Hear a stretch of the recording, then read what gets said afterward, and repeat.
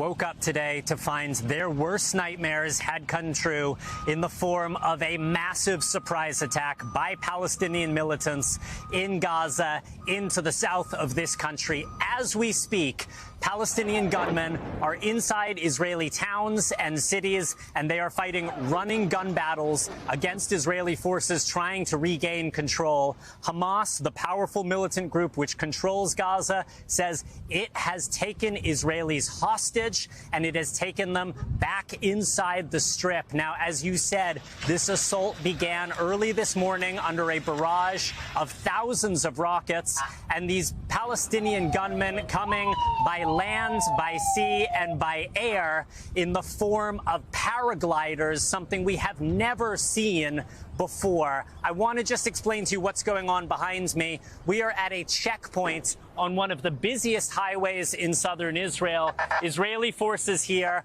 are checking to make sure that none of these Palestinian gunmen who are in control of some of these southern towns are trying to make their way north, back up towards Tel Aviv, towards Jerusalem. As you said, Prime Minister Benjamin Netanyahu addressing his people this morning, saying this is a nation at war. And he says this is on a magnitude far above and beyond the rounds of fighting that we have seen between Israel and Hamas over the last decade or so.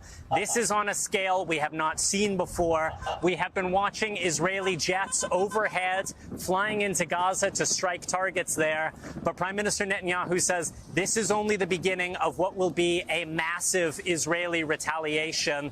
The so-called military wing of Hamas says they launched this attack in revenge, in retaliation for Israel's mistreatment of Palestinians in the occupied West Bank, in East Jerusalem. But Israel is very clear that this is an act of terrorism. I just spoke to an Israeli official who says that there were, at minimum, hundreds of Palestinian gunmen who crossed the border this morning, and he says the correct term to use here is an invasion.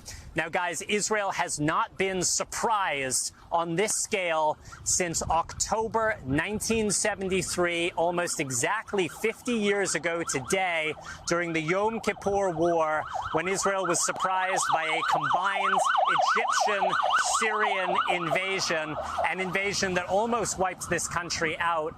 That was a day that changed Israeli history forever, and this is starting to feel like another one of those days. Guys. Raf, we know this is all unfolding right now. It's obviously an active situation, but talk to us about the hostages. What are we talking about in terms of how many people and the plan to get them back? Laura, it is not clear right now how many Israelis have been taken hostage by Hamas, but there is no more sensitive piece of information in Israel right now than how many Israelis are inside of the Gaza Strip. The Israeli government, the Israeli people, the state of Israel puts an enormous value on getting its people back, whether they are alive or whether they are dead. And if there are live Israelis, soldiers, but especially if there are civilians inside of Gaza right now, there is almost no length that the Israeli government will not go to get them back. And it may be that this Israeli government, this extreme right Israeli government under the leadership of Prime Minister Benjamin Netanyahu, feels it has no choice but to launch a major ground offensive inside of Gaza to rescue these Israeli hostages.